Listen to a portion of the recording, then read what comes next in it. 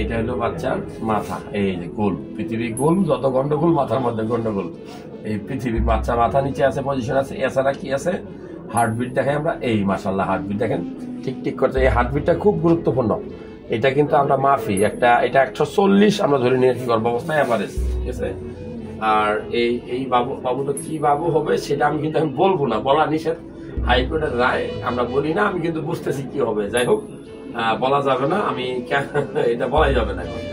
আর এই দেখেন দুইটা পায়ের পজিশন, আর এই ফুল প্লাসেন্টা উপর দিয়ে অ্যান্টেরিয়র ভালো আছে। এগুলো পানি ভিতরে, এই পানিটা যত ভালো থাকে, এটা অ্যামনিওটিক ফ্লুইড, এটা মাপ দিলে নর্মালি 14 হওয়ার কথা। এটা যদি কোনো কারণে কমে যায় তখন কিন্তু আমরা সিজার করতে বলি বা ডাক্তার দেখাইতে বলি।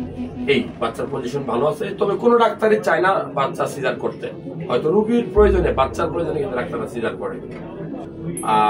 এই বাচ্চার ফুল সব ঠিক আছে আমরা।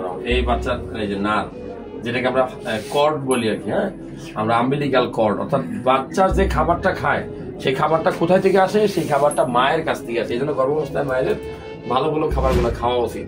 সবুজ শাকসবজি, মাছ, মাংস, ডিমের কুসুম, ঠিক আছে, তারপরে কলিজা।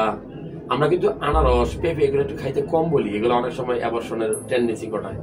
তবে মনে রাখবেন দুধ খাইতে হবে, হ্যাঁ, মাংস খাইতে হবে, সবুজ শাকসবজি খাইতে হবে। যত বেশি সবুজ শাকসবজি খাবে তত বেশি ফলিক অ্যাসিড পাবে। ফলিক অ্যাসিড খুব গুরুত্বপূর্ণ, আয়রন খুব গুরুত্বপূর্ণ, মাল্টিভিটামিন খুব গুরুত্বপূর্ণ গর্ভাবস্থায়। আপনার ওয়াইফের, আপনার সন্তানের যত্ন নেবেন, মাকে বেশি খাওয়াবেন, দেখবেন যে সন্তান ভালো থাকবে। স্পাইনাল আমাদের যে আম্বিলিক্যাল কর্ডের মাধ্যমে কিন্তু খাবারটা যায়।